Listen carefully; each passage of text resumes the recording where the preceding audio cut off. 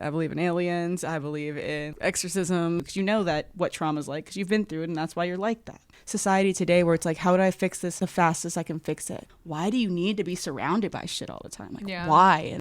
Welcome to Tea with Tori. I'm your host, Tori, and today the tea is hot. What's up, spillers? Welcome to a new episode of Tea with Tori. I'm your host, Tori, and today I have a very special guest. I have Leah here. Leah, please tell the spillers who you are and a little bit about yourself, just what you do. Okay, my name is Leah Daniels-Butler, and I'm a casting director in the entertainment industry.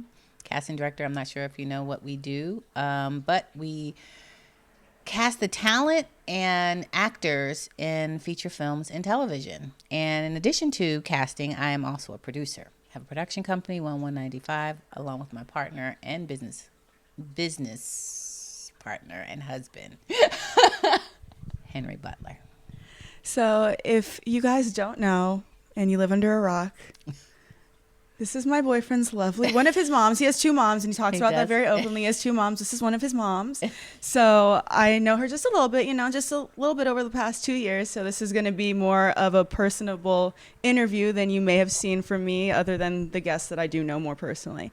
But I want to kind of get into, because, of course, there is the person that the whole world sees and who you show to any other interview you've probably done or anything that people have seen in the public. But most of what I know about you is the amazing things that your son says and how you've always been such an amazing boss woman and such an inspiration. And like very much, he talks about both his moms all the time about being so strong and powerful and just like such great role models for him for like what a woman should be while he was growing up. So where do you think that kind of came for you? Because I know my mom was a strong woman because she saw her mom be the opposite and saw her mom very much be like subservient to her dad. And she was like, I'll never be like that. Wow. So what kind of made you pick the less chosen path of, I'm going to be this strong woman.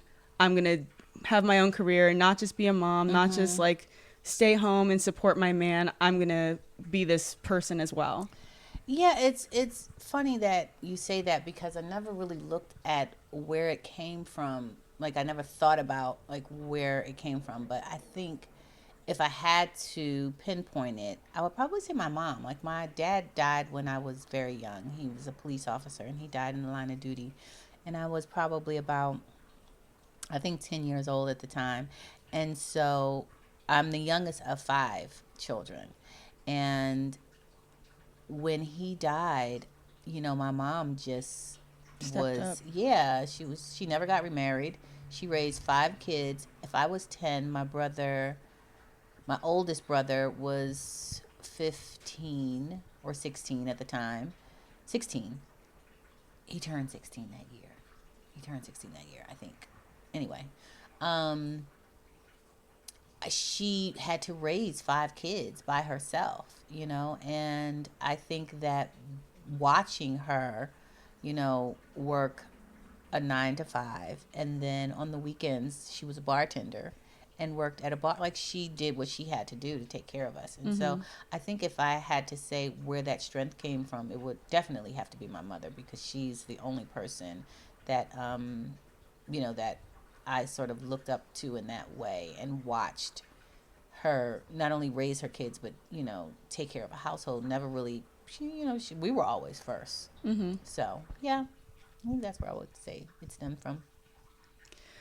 When did you decide that because it's very unconventional, to be a strong woman, especially in more of the generation that you're coming from. And it's also rare to be a strong woman working in the creative industry. It's very dominated by men unless you're in front of the camera. What made you kind of want to jump behind the camera and be a boss in that way, and not so much just want to be like, oh, I'm going to be an actress, or I'm going to be a model? And I'm sure there was like some of that because like I feel like everyone does that in their 20s. You go to college and you have that one modeling thing, but like what made you like, I'm going to be this boss behind the scenes? It I never, being in front of the camera was never an option for me. You're like, no, it's not my thing. Not in terms of acting. I think, yeah, as a kid, I might have taken some modeling shots. There was this neighborhood photographer who we think might have been a little creepy. Yeah, a little creepy. A little now, creepy. looking back on it, it's just like, dude, we were kids. Like, yeah, and then you see a Netflix documentary come out about him like a few years from now. I'm looking at the pictures that we allowed this man to take, and he was a grown man, and I'm like, Anyway, so yeah, I took some modeling shots when I was younger, but I think it for me it was just always I'm too shy to really be in front of the camera. I think it's hard for me to do interviews. It's hard for me to or it used to be hard for me to speak in front of people, in large groups of people. And now, I mean, I think as you just get older, you really just. Can you cuss on the show? Yes. Okay, you just don't give a shit. Literally. Yeah. You just don't give a shit. And so I think now it's like I am who I am. I stand in my purpose. I feel like I'm walking in my purpose. And I don't really care what other people think. And I think that when you're that way, I think that sort of just solidifies all those things that, okay, I am strong. I can, do whatever I set out to do as long as I have realistic, goals. And some of my goals are, I still have goals. I don't think that stops when you get a certain age. Every year you get older, except this year I didn't do it. My birthday, I didn't do that. You didn't set your goals? I just didn't. This year I didn't. Normally every year I'm like, ugh, I should be doing something. Like, why am I not here? And I didn't do that this year for some reason. And maybe it was because we were in Puerto Rico. It could have also been because you just really felt like you're doing what you're supposed to be doing. There was no, yes, you have goals and things you aspire to achieve, but nothing that you feel like you're lacking right now that you need to, I need to achieve that by next year. You have goals and yes, those are things I want to achieve, but there's no no real necessity of feeling like I'm lacking in anything. Yeah. So I think that is probably, I guess yeah. Did I answer the question? Yeah. Okay. Sometimes I trail off. How'd you get behind the camera? Yes. Yeah. Okay. Yeah. I think it was never really an option for me to be in front of the camera. And in terms of how, casting and producing sort of came about, when I first moved out to California, I moved out here. I had my daughter. My son stayed back in Philadelphia with his dad, and Leah was, I think, 4 years old at the time. So I was very young. And my brother, at the time, before he was directing, he had a management company.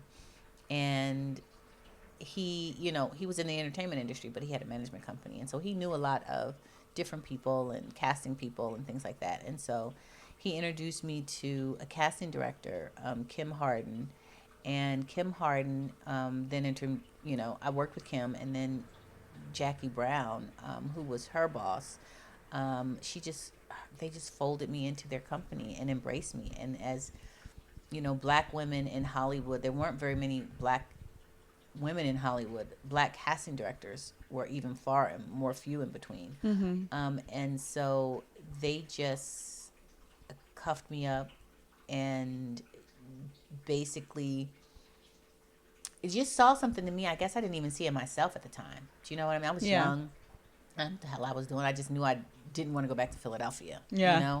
I knew that. I knew I wasn't going to be a part of that situation anymore. And so I came here, and I would never forget it. Candy Alexander, I don't know if you guys know who she is, but if you watch Scandal, she played Olivia Pope's mom. Okay. And she was actually in one of the first films that I cast as an assistant. I was the assistant on the project, and Kim was the casting director at the time. And she told me, she said, "You are old enough.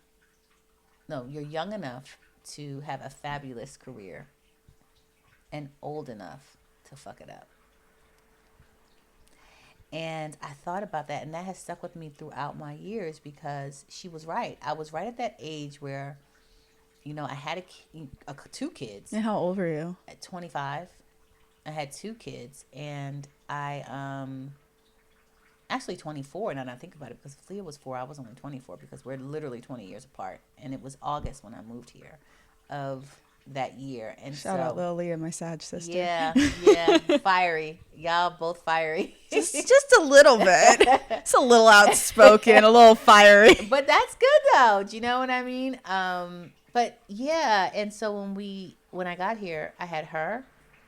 I had a tax return check for like $830 or $850. It was in the eights. And that was it.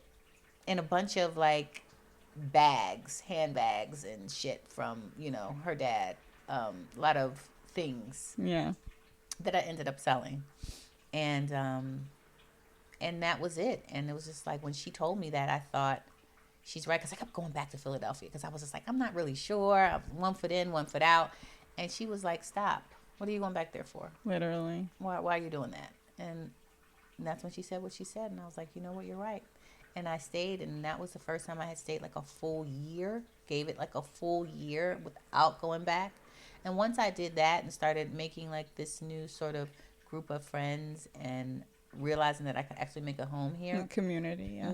Is when I said, okay, now you grown. What you going to do about it?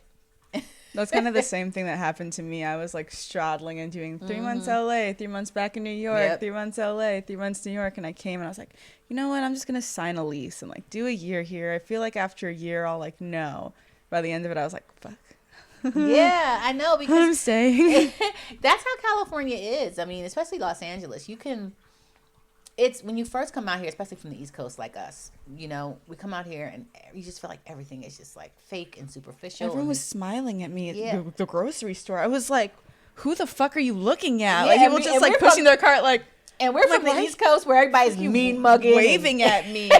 do you know me? Like, literally offended by this. And now I'm at the Target like, oh, hi. Like, weird. It's so funny that you say that, because I was the same way. It's like, why is everybody so happy out here? Like, but it's the sunshine. It's the sunshine. You know what I mean? I don't know if it's the Sunshine State. Is it the Sunshine? Or is that Florida? It's Florida. Anyway, it's second Sunshine State. I'm proclaiming it. Anyway, I've actually lived out here longer than I've lived in Philadelphia, but I will always claim Philadelphia. Philadelphia is my city. I'm never not claiming it. I bleed green, Eagles, Phillies, all of Flyers, like whatever is going on in Philadelphia. I just stand for that. Cheesesteaks, all of it. That is one thing is I've cut out meat now officially for 2 months, and I'm like, every time I do this, I know like I'm not gonna eat a Philly cheesesteak. Like if I never eat meat again, never again. Like I have to figure out an impossible way to make this, because that is just such a comfort thing to me. Like Philly cheesesteak, and of course it's because I'm Jewish. Like matzo ball soup, which is like very East Coast, and like just so many things that like. Horrible for you, horrible for your arteries, but just like so comforting and so good. It is very good. It's just like you get there and like there's literally this place in Maryland that my family used to always go and get cold cut sandwiches. And it's just like, of course cold cuts are terrible and have like so much salt on them and everything, but they're so good. The Italian is so good. The Italians, yes. Oh my God, a hoagie. They call them the hoagies in Philly. So good, but yeah, so I think that's really how I would say I came back, just bringing it kind of full circle, how I came back to how I came to be behind the camera as opposed to in front of the camera.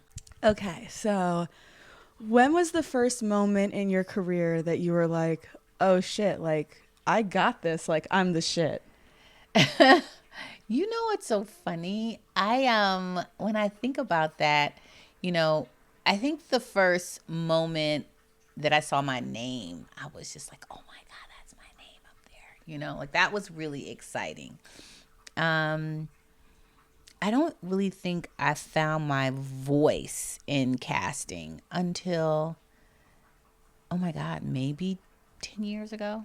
Okay. Maybe 10 years ago. And I've been doing it for over 30 years. Yeah. So I'm like, that's a while. So I think, and I don't even know if it was that one. Did 2014? Not even 10 years. So I would say probably really when Empire came out is when I Okay. really feel like I started just finding my voice, because I was doing a hit show, and so there were so many, people coming to me for interviews and to talk, and really wanted to know, the sort of um, juggernaut that was Empire, Yeah. and how it just like what is happening, Because it really came out of nowhere. It not only, you know what? Here's the thing: the culture had been begging for it. Yeah. You know what I mean? The culture had been begging for it. It's just, I don't think anybody was bold enough to do it, and in a way that was done. And then when it was done, and the ratings kept getting increasingly better, like people were like, "What the hell is happening here?" And but you know what they do? They build you up to take you down. Oh, 100%. And as soon as the networks and the studios and everybody has notes about things that they really know nothing about, Yeah. this world, then things get convoluted, and then it's just like you can't, nobody is from that world, Yeah. and a lot of, it's like you're writing or you're giving notes about something that you just don't know. You haven't experienced that part of that culture. And so when that sort of happened, is when I started learning to really just be a little more vocal and speak up about things, because now I'm seeing it from a different perspective, and I'm seeing, I'm watching the ins and outs and how things are sort of being handled and maneuvered, and the politics of it all. And when you have a sort of a famous brother, when you have a famous brother who people are looking at and basically not, I'm not going to say not, just sort of, he has a lot of power. Mm-hmm. You know what I mean? He's famous, and he had a lot of power. And because of that, I could feel a little more, step in my power a little bit more, because I knew that, You were backed. yeah, and that no matter what, if something that I said that was fucked up, or something that I did that was fucked up, he either was going to tell me, or he was going to support it. Yeah. And so I think because of, I knew I sort of had this this support system, is where I felt like, okay, I can vocally speak out about things that or at least find my voice about things that were I happening. truly believe. Yeah, that I truly believed in. And then I watched one casting director. We were on a call, and I listened to this casting director talk, and I was just like, I would never have had the nerve to speak how he was speaking to all of these executives. And I'm like, how the fuck is he keeping his job? Yeah. And then I was just like, but he's speaking the truth. Yeah. So That's you why. can't really be mad at somebody if they're speaking the truth. And so I was just like, you know what? Fuck it. I'm going to just start speaking the truth. And if they like it, they like it. And if they don't, fuck them. Literally. And that's just where now I'm just at that space where it's just like, I'm going to say what, especially in certain instances, there's certain things you have to be, I'm not going to say politically correct, but you should just be mindful of some of the things that you say. Well, there's an argumentative way to say things, and there's you catch more flies with honey than with vinegar type way to say things. Yeah. Like, you don't have to assassinate someone's character and be disrespectful in order to tell the truth and be completely honest and upfront with them. Absolutely. And so I think once I just started doing that, things sort of changed for me, shifted in a more positive way. I think because people were like, no, she's bold and she says what she wants, but it's not, she's opinionated, but not in a way where it's, at the end of the day, what we do, it's just entertainment. Like, it's entertainment, people. We're not saving lives. We're not, Not rocket science. It's not open heart surgery. We're not doing it. We're literally here to entertain you and to be a part of a storytelling process where I can help entertain people. It's just, it's exciting. It's fun, and I like it. I love that. So, speaking of your brother, how is it for you working with family? Because I know personally, like, I've been in a band with my brother and sister for 10 years. There's ups and downs. There's good moments and bad. There's, if you are fighting on a personal level, the professional level, you have to kind of put that away. Like, yeah. It's, it's always, I always enjoy working with him when we do work together, because when we do work together, we have this sort of unspoken synergy. Yeah. Like, I know who he's going to like right away. Yeah. Like, if someone comes in a room and we're auditioning actors, and I'll just look at him, and he'll look at me, and he'll roll his eyes, like, because he knows that I know. It's like, this person's good. Okay, it's like that look.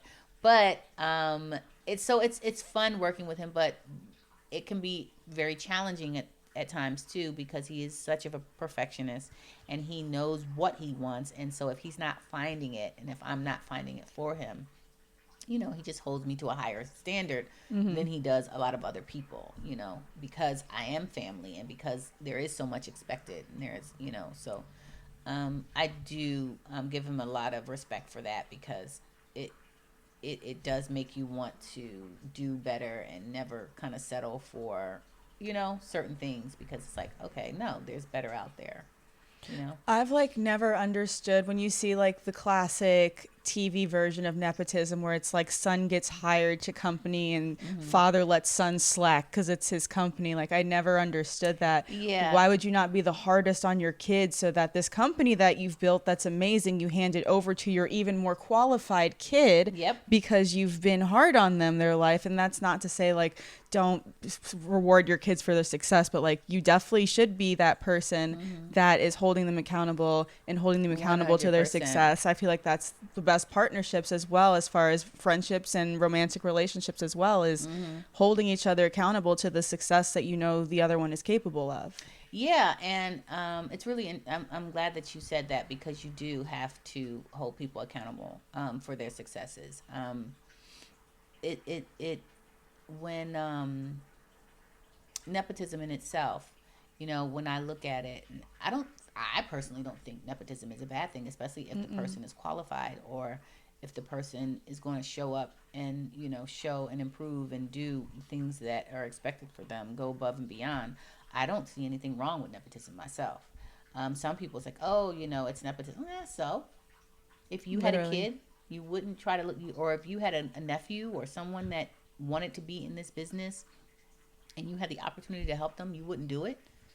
Like, I've never understood people that don't do things like that. Literally. I think. Hello? Hey, what's up? I'm filming a podcast. Oh, my bad. I'm just bringing your mail back. So. Thank you. Bye, Yummy. No, that's not for all you guys to get hyped up now.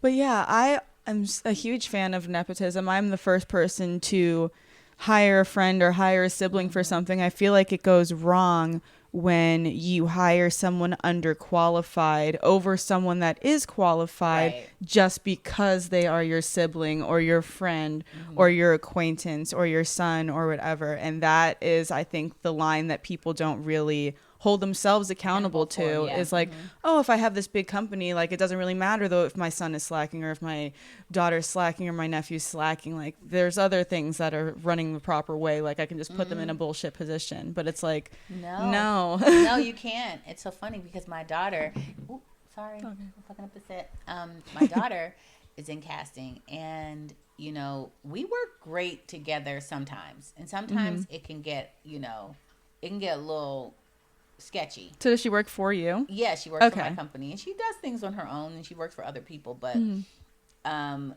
it got to the point where, because I was her mom, I felt like she was slacking off a little bit, and it was just like, you don't do that for the people that you work with, so don't do that to me, because there's plenty of people that want to be on my desk. Yeah. So you can play around with it if you want to, but let me tell you what's going to happen with these other people, Literally. And so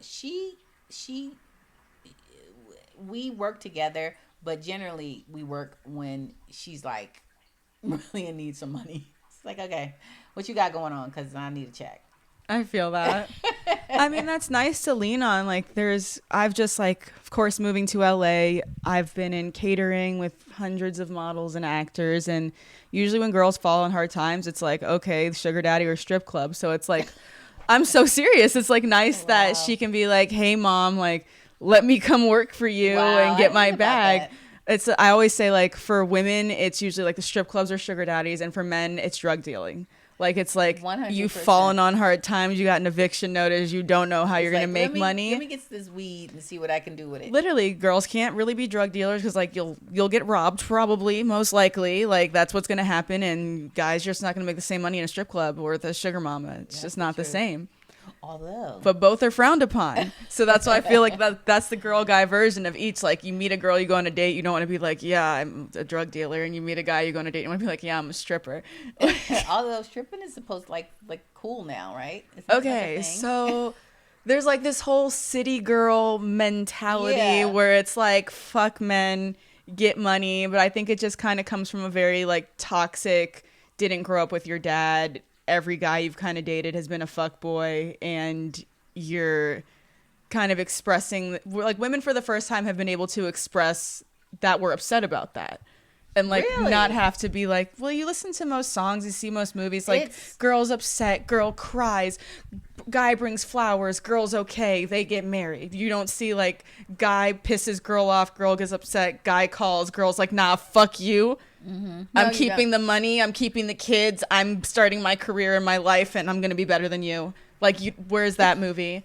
But you don't see that movie. Like, you see fairy tale princess, you see rom-com, guy apologizes. Like, you don't really see that strong fuck you. Let me think about that for a second. Have I seen a movie where you have a woman that... The Tyler Perry one where she like leaves the guy that and then drowns him in the tub type thing. Now that I think about it, that's like a big deal. That was a huge deal. That's what I'm saying. Like, yes, there are some people that have been outspoken. But you know what? It's not like this. It's not like F-R-E-E, fuck me. Like, it's not that. It was not that like 10, 15 years ago. That's why people like Cardi B and Nicki Minaj and all of them being outspoken in that way blew up so much, because women are like the same way with Empire. Like, finally, someone is saying it. It's not just Lil' Kim. It's so funny that you say that, because when we were doing Empire, and Empire was really like taking off this first season, and there were a lot of like, you know, Olivia Scandal fans. You know, it's just like you want to put the two shows against each other. They're both black showrunner. You know what I mean? It's just like they're two totally different black shows occupying a white space. Yeah. And so they want to pit them against each other. And it's just like, the reason why I think there were more people that related to, or more people that identified with Cookie is because there were more women that knew Cookie than they knew Olivia Pope. Do you know what I mean? There was girls out there, women who was down for they dude, sold drugs, you know, weighed up dope, maybe made a drop, picked up some money. You know what I mean? That supported that. So you had more women that could identify with Cookie than they could with Olivia Pope. How many black women did you know that was problem solving in the White House? Sleeping with the president. Do you know what it was I mean? more like, I feel like Cookie is like the girl that you knew around the corner versus like Olivia Pope is who Cookie like wish she could have been. Like, that's who she would flip through magazines. Everybody I know, I have girlfriends that were everybody I know. Like, oh, Empire got sued so many times because everybody's like, that's my story. It's everybody's story. Literally, it's everybody's story. That's why you're feeling so closely related to it. That's not your story. That is the story of the hood. Everybody's, you know? And so everybody wants to get out of the hood selling, you know, they feel like that's their way out, and it's either that and they put their money into music, or you know what I mean? It's a common story, you know? Literally. chains, That wrappers. stuff you gave me worked. 100%. Activated charcoal, holistic medicine. I feel like I feel a little like I'm feeling some relief. Thank you. So the same way that like Tylenol, Advil, all that is just ibuprofen, Pepto-Bismol is just activated charcoal. So that's like its base holistic form. So like everything you can kind of like strip down unless it's like a completely lab made chemical, obviously no. But like most things can be stripped down to a homeopathic remedy. I really feel some relief. That's crazy. And there's no chemicals in it. It's literally just activated charcoal. All right, I need to get the name of that. Hell yeah. I'm going to buy some. Hell yeah. Like anytime my stomach is messed up, if I'm going out to drink, I will literally take activated charcoal before I drink so that I know I won't like be nauseous the next day. Or if I wake up nauseous, I'm going out tonight and I plan on having a few drinks. I'll send you. Do I need to take more, or that's going to last me? I would take more because you took it to like already do something. Okay, so I now would I just take keep two else on you, and if you start feeling like bubbly again, just pop it in there. Okay. I'm such a huge advocate of like holistic medicine. Like everyone, take your sea moss, your burdock root, get those minerals. So I was, of course, a fan of Empire, but my fandom blossomed with Star. Okay, I was a fan of Star too. I ain't even gonna lie. Like I freaked out because of course I identify with like half white, half black girl, like don't know which world you fit in, trying to make it type thing. But I was just like, wow, these girls are like so fucking talented. Like a lot of Disney stuff you'll see, like the girl's a great actor and a great dancer, but they have to dub her voice or they have to do this. And like I feel like it was such a show just showcasing triple threat acting. All three of those girls can sing, dance, and every last one of them. All of it. That was tough to find too. But quite honestly, every one of them that actually auditioned, that got the role, and they were their first audition is when we knew that they were gonna, like I knew when I saw Jude, I knew Ryan was it, I knew that Brittany was it. Like I'm like, these are the girls, right? Yeah. We're gonna go through the process, but these are the girls. Yeah. And not even that they had read together. It wasn't until we started chemistry reading together that you we were like, oh shit, these are. We had 3 sets of girls. We had 3 sets of stars, 3 sets of, oh God, what are their names now? Oh, Brittany was, oh my God, I can't believe I can't remember. One was Ryan, yeah. Ryan's Destiny, that's her real name. Okay. Oh my God, I can't think of their names right now. Alex. Yes. Alex Starr, and the sister was. And I loved Brittany's character. I can't think of her name. Oh my It'll goodness. come to me. Now I need to know. Anyway. I'm like, now I need to know. When they auditioned, we had 3 different sets of 3 different girls. And so, of 3 different characters. And so we're doing the chemistry reads and we're doing like a mix and match at the studio. Simone, yes. And we had, Simone. And we had 3 different we were mixing and matching. And so each group of girls had to be together. And not only did they have to be together, they had to sing as a group together too. And some of these girls had never sang together. Oh, wow. Oh, yeah. So, that's... you know what I mean? So putting them together in different melodies. And when Jude, Ryan, and Brittany came together, it was like, it was undeniably these girls. Yeah. It was undeniably. And then they became really good friends too, you know? Oh, I love that. Mm-hmm. Really good friends. Yeah, that was my jam. They keep saying it's going to be a movie.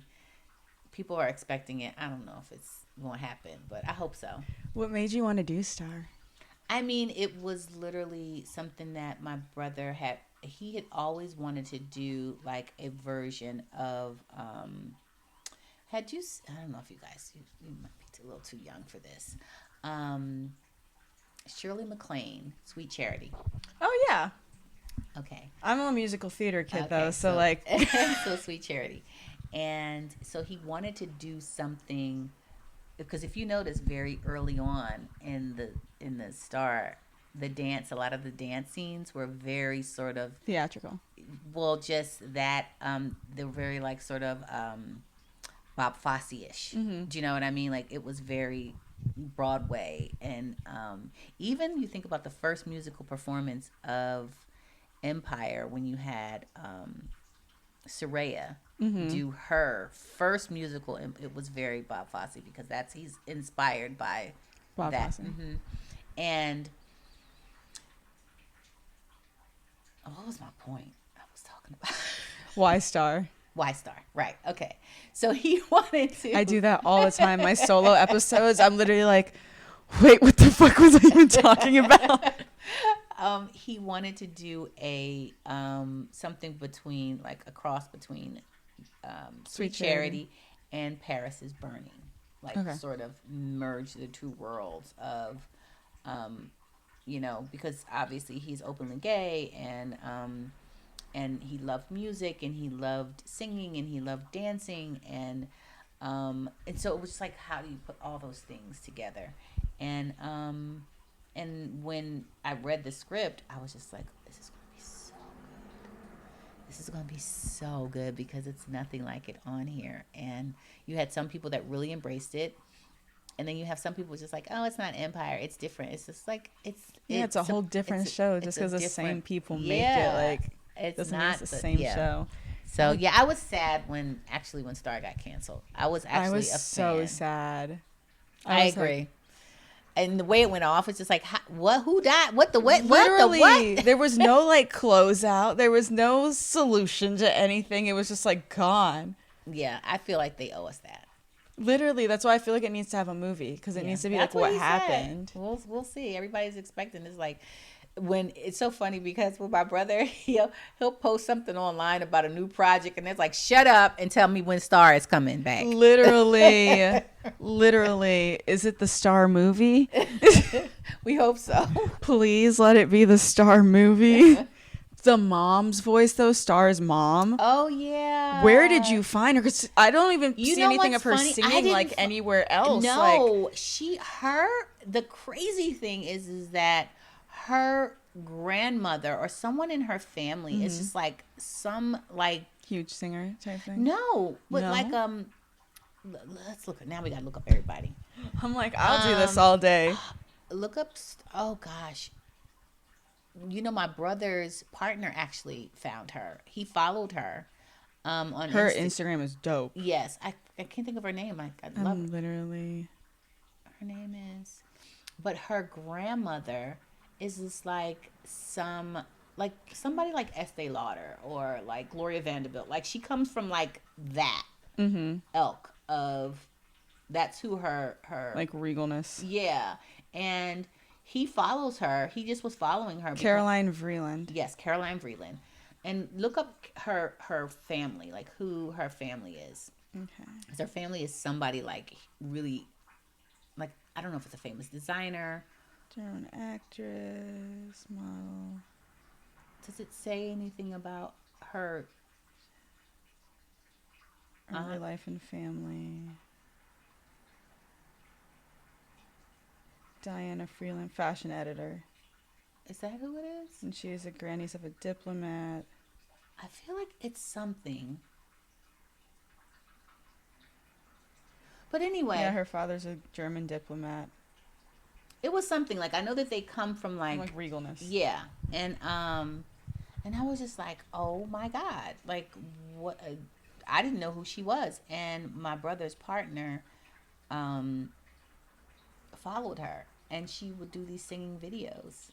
That's crazy. And we just had her audition, and then she got the part. Isn't that crazy? I just remember like hearing her, and I was like, her voice is so unique and powerful. And like, you go on her Instagram and like she's super dope and fashionable, but like she's not really like singing like that. She's not like a singer. Like usually when you do a role like that, like you're a singer that like, she's not a singer. Acts. She just literally knows how to sing. Yeah. Like it's just effort. Yeah. And that's insane. Yeah. Yep. Caroline Vreeland. What project would you say you are the most proud of?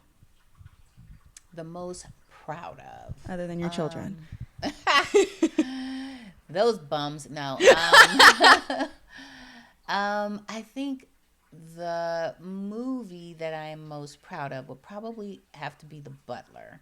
And the only reason I say that is because I learned so much making that movie. I learned so much about history and about who these real people are and the impact they had on our history and just the movement itself, you know, and trying to match the actors up with the characters that they were playing, and just how much of an impact it had on, you know, I think the not just the industry, but the impact that it had on the culture as a whole. I think that was probably the one that I'm most proud of. I think CB4 is probably my all-time favorite, only because that was my very first credit. And I'll never forget the feeling that I had when I was in the movie theater and I saw my name come up under the screen. I was like, that's me. I was so happy. That was my very first film credit. What was honestly crazy for me was when we were in DC and we were in the African American Museum, and there were so many movies that you had been involved in on the walls. Like, literally walking around. I was one. like, this is insane. This is literally like I'm a part of history. Literally, you are a part of history in a museum that you need like months and months of time to get a reservation for. That's exciting. Like that was such a crazy moment just to like see you even kind of figure that out, because I'm sure they don't text you and tell you these things. Like, these things just happen. You just realize that you're a part of, you know, that's just a part of the culture, you know, like you're a part of something that big. You don't realize it when you're doing it, that you're a part of something so that's gonna, you know, has so much magnitude, or and then when it does, you're just like, wow, you know, it's exciting. What was your favorite side hustle?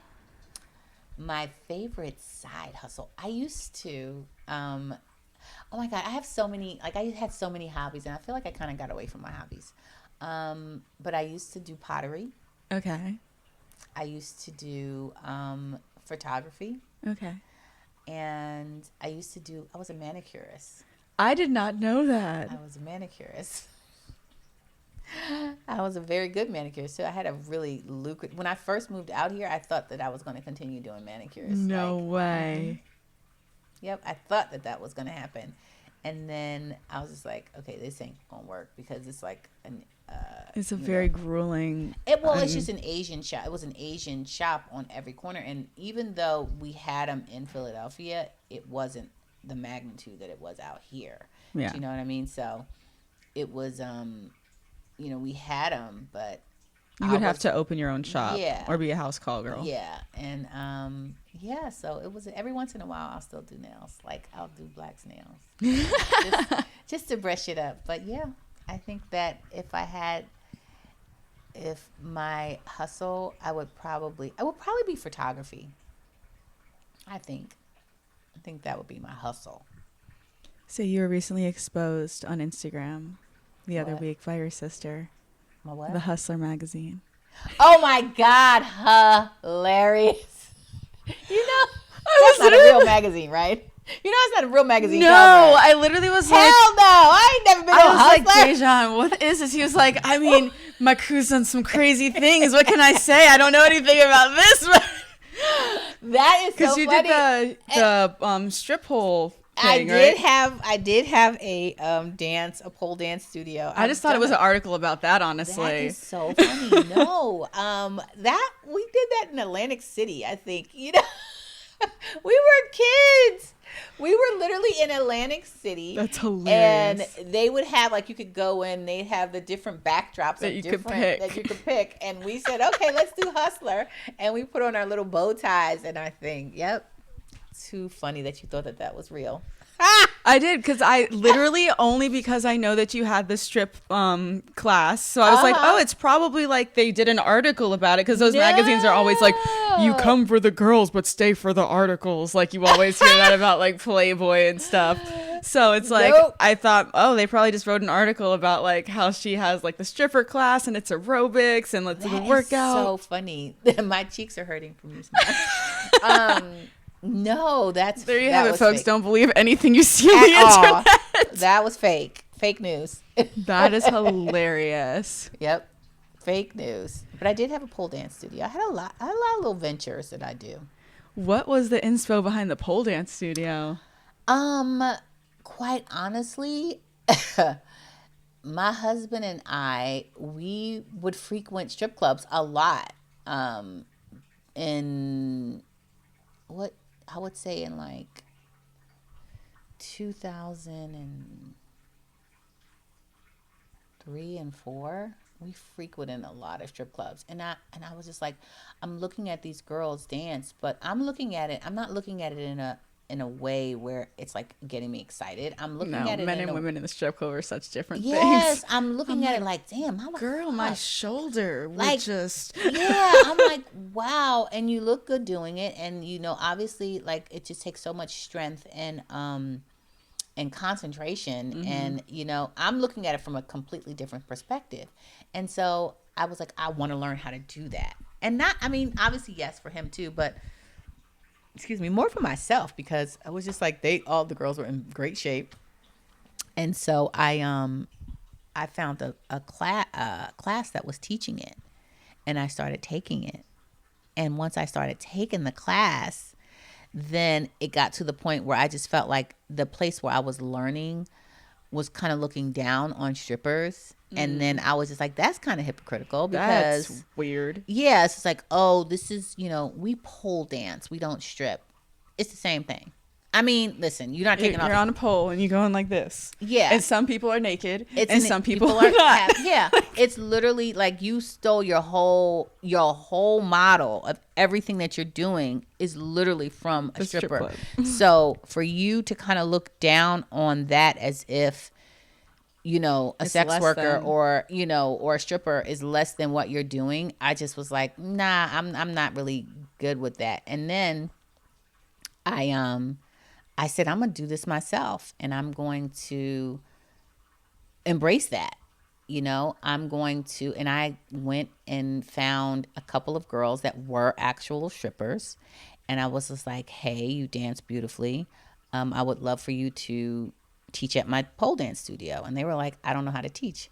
That's fine. Literally. We're going to teach you how to teach. Because you're right though, but some people don't know how to teach. It's a different, like it's when if you're not a teacher, then you know how to do something.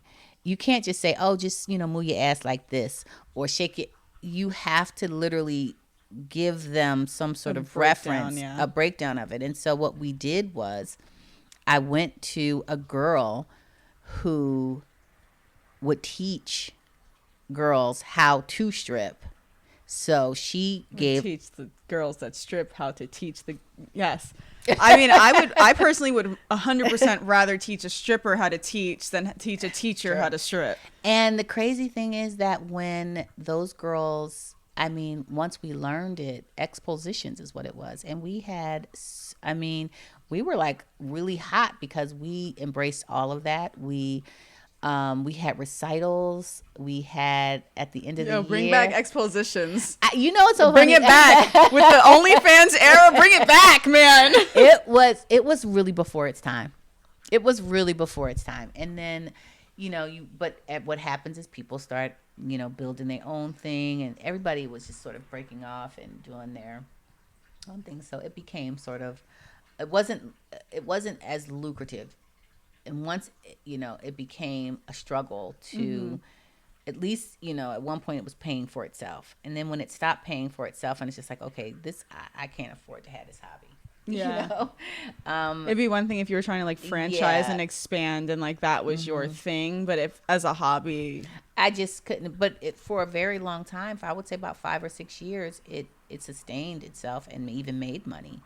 And then I think it, when things happened with Henry, and I was just like, okay, this is cute, but I need to make some money. Yeah. It's also like you went from having 3 people to parent 5 kids to 2 people to parent 5 kids and 2 incomes. Yeah. And so it's just a lot of things. You can't have a Yep. business hobby kid too. That's No. 6 kids. It That's way wasn't too working. many. So I had to leave the hobby behind. But every time I go to, like, now, if I see girls dancing I'm just like, it's always a little thing inside me is like, oh man, I miss that. Listen, I support it. I say bring it back.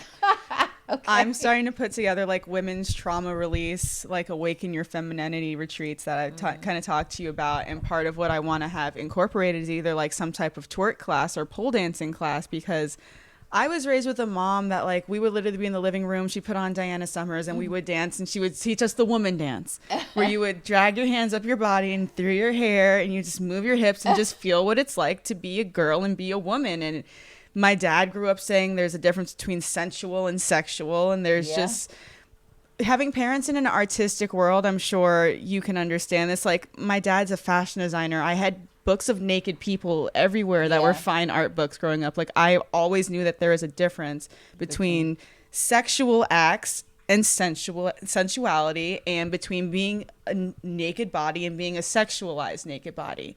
So you're lucky that way. A lot of people don't know the difference. It's one of the same. Then you incorporate religion into it, and anything that is sexual or sensual is now in a box. Like, it's just the world's worst situation. So I feel like women hold so much power in being able to activate their sensuality that when they close that part of them off, it makes us kind of more masculine in that way. So part of awakening your divine feminine and releasing trauma, like we store a lot of trauma in our hips, is by doing something like twerking or moving your body in a sensual way, or stripping, or something that just like makes you feel sensual and like a woman and just in your body and powerful. And it has nothing to do with men. It's nothing to do with the male gaze. I don't even want a man to be there or know that it's happening. It has solely to do with you seeing yourself as a sexual being. That's exactly what Expositions was. It was literally about empowering yourself, feeling good about yourself. I can't tell you how many students that I had that were doctors, lawyers, teachers, principals. People would come in with their nose turned up. What's this? And by the time they took that, like, their favorite thing. Yeah. The first, because we used to do Thursday night classes, and Thursday nights were, the 6:30 class was free. You can come and try it. And then we had to start charging people, but it was free to come in and at least do, like, see if you liked it. And if you liked it, then you would sign up. And if you didn't, then you didn't have to. And when I tell you, we were getting signups, like, and by the same women that were coming in, they would come in and they would see the stripper shoes, and they were just like, but not only did I sell stripper shoes, I sold shorts, I sold t-shirts, I sold candles, I sold fingernail polish, I sold everything. So this was just come in and just sort of relax. And when you walked into Expositions, I think you might be able to see. Where was it? It was in North Hollywood. I think there's a pole studio there now too. Actually, there is a pole. I don't know if she's still there. So did you like build the whole space and everything? Go to type in Expositions. I don't know if it'll still come up because it was so long ago. And I've always, like, I'm the friend that buys you a vibrator. I'm the friend that, like, when you're telling me that you have to go masturbate after having sex with your boyfriend because he can't make you come, I'm like, why is he your boyfriend? Okay, it's so funny because I still have my YouTube channel. You probably can still watch videos. Oh my God, I have to watch this later. So you just had this idea, you got the space, you got the poles, and just started. And we built it out. I'm bringing this shit back. I literally used to have a stripper pole in the middle of my living room. I used to have one upstairs when Dejan was little. Him and his friend, we would tell him that it was a fire engine, and it would go down. Now I see why he loves a strip club. But yeah, no, this is fire. You have to watch it. I don't have any videos up because I was just always too shy to do. But I know I don't know if I can still. I feel like I can though. I feel like I feel like we need to bring back Expositions. We'll try. Maybe we'll have like listen. A pop-up. We have a partner now. I'm here for this. We'll do a pop-up. That was Black will be happy. Literally, he'll be real happy. He was trying to bring it back.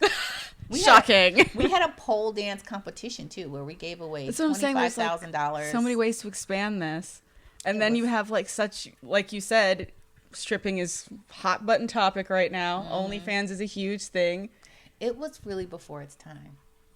Like that would go off now. I literally, I think it was either my birthday or my sister's birthday, my mom got us a package, like an 8-week or 8-series package for a strip class. Oh yeah, it's like my favorite thing. I literally learned like this shit's actually hard. It's hard work. It's not easy. No, and that's why when I see guys giving these girls like $1, I'm like, oh, you know how hard she's working?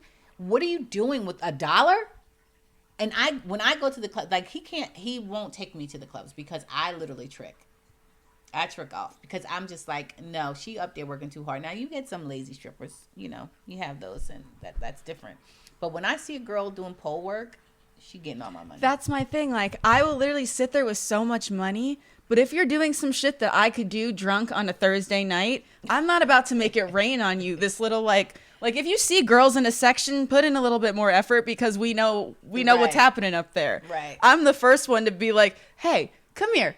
You're working for 8 hours a day here and making what? How much? Why don't you have an OnlyFans? That's literally, I will wind up in the strip club in the corner, like talking to the stripper about, why aren't you doing an OnlyFans? This is the way that you can market it. You already do this. Like, get your clients here to just subscribe. Like, I'm that person. Wow. And are they like, okay. I have like 2 girls subscribed under me that I got from like Vegas strip clubs that they were making nothing and compared to what they're making on OnlyFans. Nothing. Like, such a vast difference. That's crazy.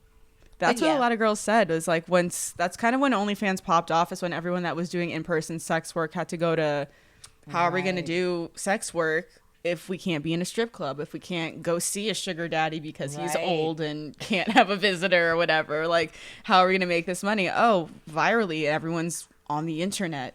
That's where everyone went. Everyone got checks that they didn't need, and so that's when they tricked out. Wow. Anyway, What's the show? With the drive-through. The drive-through? P-Valley? Oh, yeah. You mean the strip club show? Yes. We had an idea for a show. It kept saying nobody's going to do it. It'll never get done. It'll never get done. And I could easily say P-Valley was my show, but I don't know that story. You know what I mean? Yeah. That's not my story, but we definitely had a show like about. Mm-hmm. We had pole dance competition shows that we wanted to do. There were so many different shows that we wanted to do about pole dancing, and all we kept hearing was, "The world's not ready. The world's not ready. The world's not ready." Well, it looks like it was ready now. Yeah, 100%. What is the biggest piece of advice that you would give to yourself at like 20 years old? Like 18, 20, coming of age. Oh my God. Like, what really would I tell my from 20-year-old self? Coming into your womanhood. I would tell my 20-year-old self not to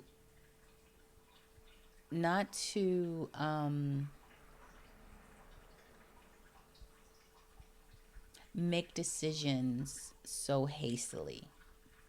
Think about the decisions. You've got all the time in the world. I would probably tell my 20-year-old self that try a bunch of different things before you settle on just one thing or what you think you want to do. You've got time to figure things out. You don't have to have it figured out. Like a lot of people think that you have to have it figured out as soon as you get out of high school. You don't have to have it figured out. And I think that's where a lot of young people go wrong. It's different now because young people have a very entrepreneurial spirit.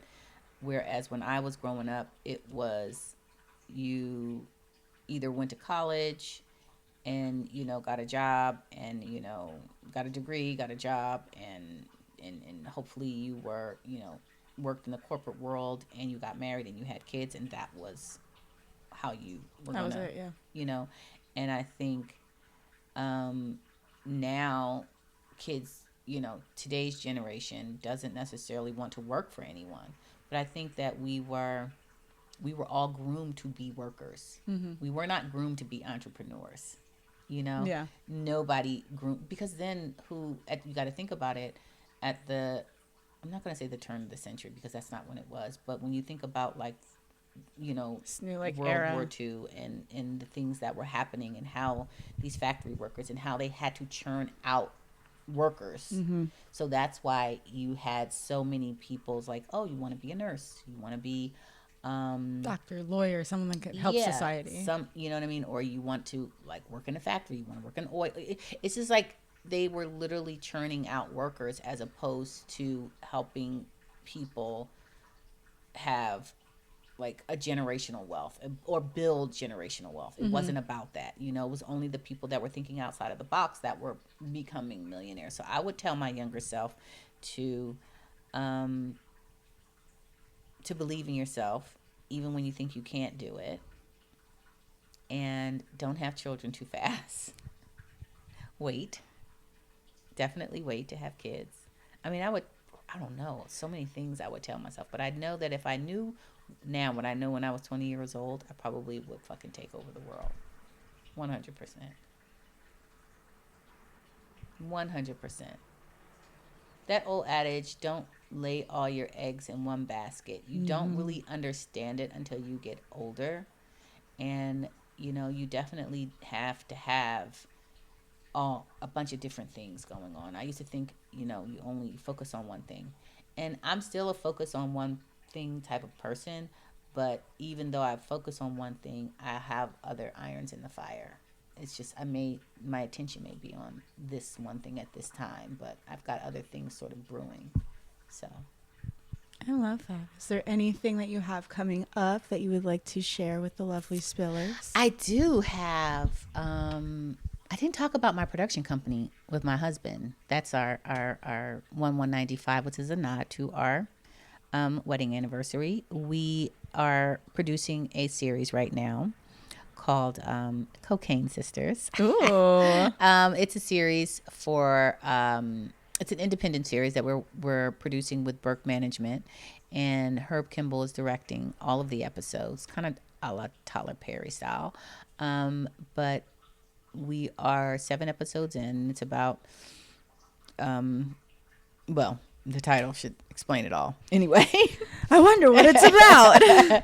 so we have that we're producing, and then we have a lot of things that our production company has in development. We have a development deal with Endeavor Content, and for IP that we have optioned called The Rage of Dragons, and it's like I'm not gonna say like a black Game of Thrones because it's fantasy, but it's a black fantasy, and it's about different African tribes and the hierarchy and the class systems in that sort of period. Just like like Black Panther meets Game of Thrones. Yes, exactly. And it's a really, really good IP, and we are really lucky to have it. And and now we just hired a writer to do the script, and we had a showrunner attached, but he fell off because he had other things that he had to do, which is fine. But yeah, so we're excited about that. We have another show that's in development called Asian Crime Task Force, where we have attached a showrunner that, and now we're going out with the pitch for that one. We have a game show called Baby Fever that Tiffany Haddish is attached to. We have, what else is happening?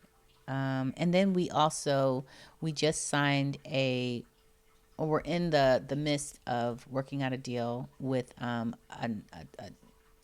not really familiar with it, but it's like a tokenization company where we help raise money for feature films that have some sort of celebrity attached to it, but it's like built on a token basis. I'm not really sure how it's done, to be honest with you. I don't know that world. Get more into it. Yeah, I don't know that world, but I know that we have a new partnership with a company that's doing it.